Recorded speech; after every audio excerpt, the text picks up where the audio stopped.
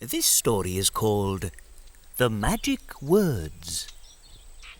Once upon a time, there were two queens who each lived in a huge palace. The palaces were so big that the queens needed lots of help with the cleaning, cooking, and gardening. Queen Bamboozler was very bossy and lazy. She spent all day sitting on her throne, ordering all her helpers about. "Sweep the stairs," she screamed. "Bring me my breakfast. Mow the lawn." The helpers didn't like being spoken to so rudely.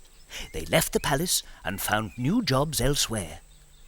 Soon the queen was on her own. The palace was dusty, the garden was full of weeds, and there wasn't one clean plate in the royal kitchen. "I can't stay in a dirty place like this," cried Queen Bamboozler. So she decided to visit her cousin Queen Sweetina, who lived on the hill next door. Queen Sweetina's palace was gleaming from top to bottom. The garden was full of beautiful flowers, and every evening a fantastic meal was put on the table. Queen Sweetina's helpers adored her. "How ever do you do it?" asked Queen Bamboozler. "Oh, I just say the magic words," replied Queen Sweetina. "Magic words? You mean like abracadabra?" cried Queen Bamboozler. "No, I mean like please and thank you." Queen Bamboozler was amazed. She realized that in all her years of being a queen, she'd never said please or thank you to anyone. No wonder all her helpers had gone away. She went straight back to her palace, determined never to be bossy again. And you'll be pleased to know that Queen Bamboozler said her first thank you to Queen Sweetina for giving her such useful advice. Are you sitting comfortably? Oh, yes. Then I'll begin. This story is called Where's My Hat? Once there were three friends, a firefighter, a builder, and a clown. They all had to wear special clothes for their work, special shoes, trousers, tops, and special hats. The firefighter wore a firefighter's hat. The builder wore a builder's hat. And the clown wore a clown's hat.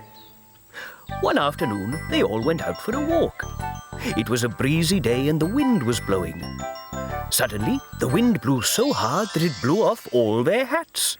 The firefighter's hat, the builder's hat, and the clown's hat were all blown high into the sky. And then suddenly the hats came down again. But something was wrong. "That's not my hat," said the firefighter.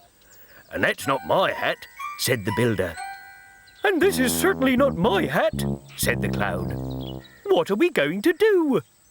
"I know," said the firefighter. "Let's take them all off and start again. Can you help them? Do you know which is the right hat? Which is the firefighter's hat?" "No, this isn't my hat." "So, is this the firefighter's hat?" "No, this isn't my hat either." "So is this her hat?" "Yes, this is my hat."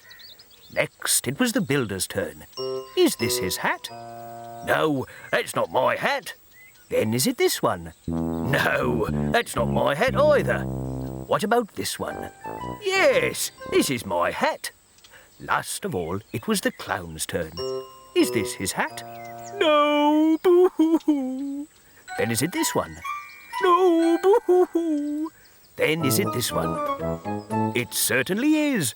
"That's better. Now everyone has got the right hat back." So the firefighter, the builder, and the clown all went home, holding onto their hats to make sure they didn't blow away again. Hello, Willie. On a rainy day, wellies can be very useful. Oh, look, she's got red wellies like mine. And she's got pink ones. You can go out when it's really wet, and your wellies should keep your feet dry. They're jumping in the puddles. Splish, splash, splish, splash. Splash, splash. Look at all the water. They're having fun, aren't they? And inside those wellies, her feet are as dry can be. We hope.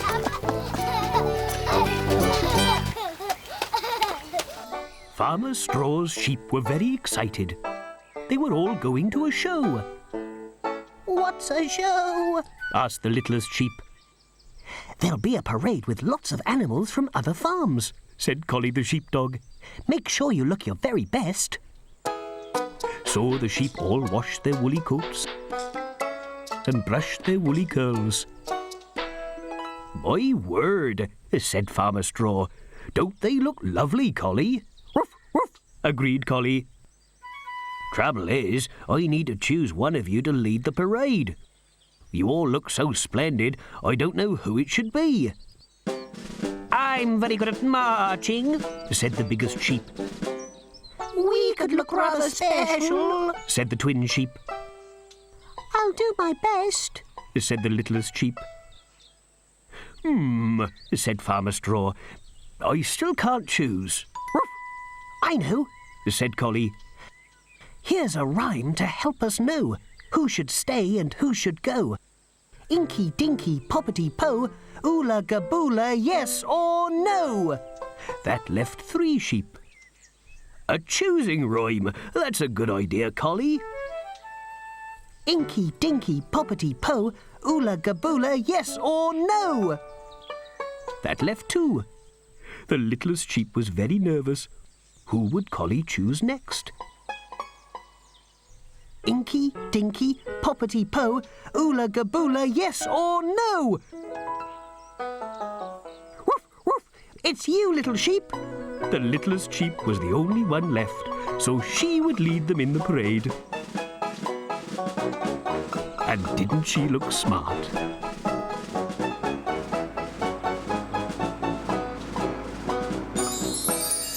This story is called The Little Worm. Once upon a time, there was a little worm. He lived in the earth at the bottom of the garden, and every day he went out to play with all the other worms.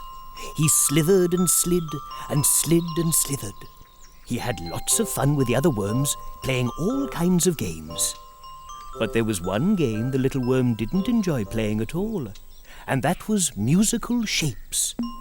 The worms would put on their favourite worm music and slither around. When the music stopped, the worms would make themselves into a shape as quickly as they could. They could make themselves into all sorts of shapes. Some of them could even make a star shape. But the little worm was sad, because he couldn't make a shape. When the music stopped, he tried to bend a little, but he couldn't make a shape. One day, the worms decided to play musical shapes again.